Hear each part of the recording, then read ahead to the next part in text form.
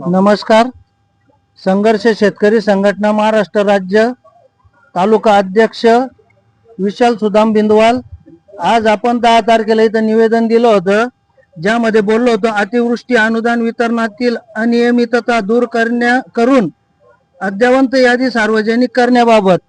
आज अतिवृष्टीचं अनुदान क्वचित शेतकऱ्यांना पडलेलं आहे, बाकीच्यांना पडलेलं नाहीये.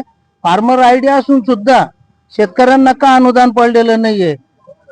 त्याच्यानंतर ज्या शेतकऱ्यांना अनुदान पडलं होतं त्याची यादी मॅडमनी प्रसिद्ध करायला पाहिजे होती, मॅडमनी करलेली नाहीये.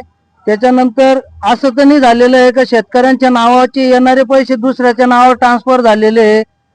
अशा घटना घडत आहेत, तसे इथं पण झालेल्या आहेत असं आम्हाला संशय येत आहे. तरी आपण निवेदनाप्रमाणे यांनी पुढील कार्यवाही करावी. असं जर नाही केलं तर आपण पुढे आंदोलन रेग्युलर ठेवणार आहोत. आपण त्यांना 10/12/2025 रोजी दिलेलं आहे, तरी तहसीलचे कार्यालयाचे संबंधित अधिकारी झोपा घेत आहेत का? आज 13 दिवस झालेले आहे. यांनी 13 दिवसात प्रत्युत्तर एक तालुका अध्यक्षाला द्यायला पाहिजे होतं, किंवा आम्ही कुठली काय प्रोसिजर केलेली आहे हे त्यांनी द्यायला पाहिजे होतं.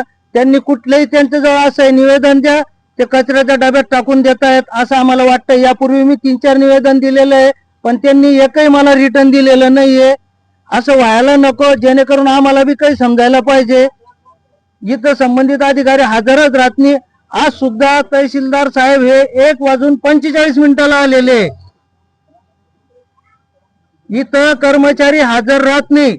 इथं शेतकरी 40 खेड्यावरून शेतकरी इथं येत आहेत आणि इथं अधिकारी भेटत नाही. असं होतंय का? सरकारी योजना 9 महिने थांब, सरकारी काम 9 महिने थांब. इथं एकही कर्मचारी हजर राहत नाहीत.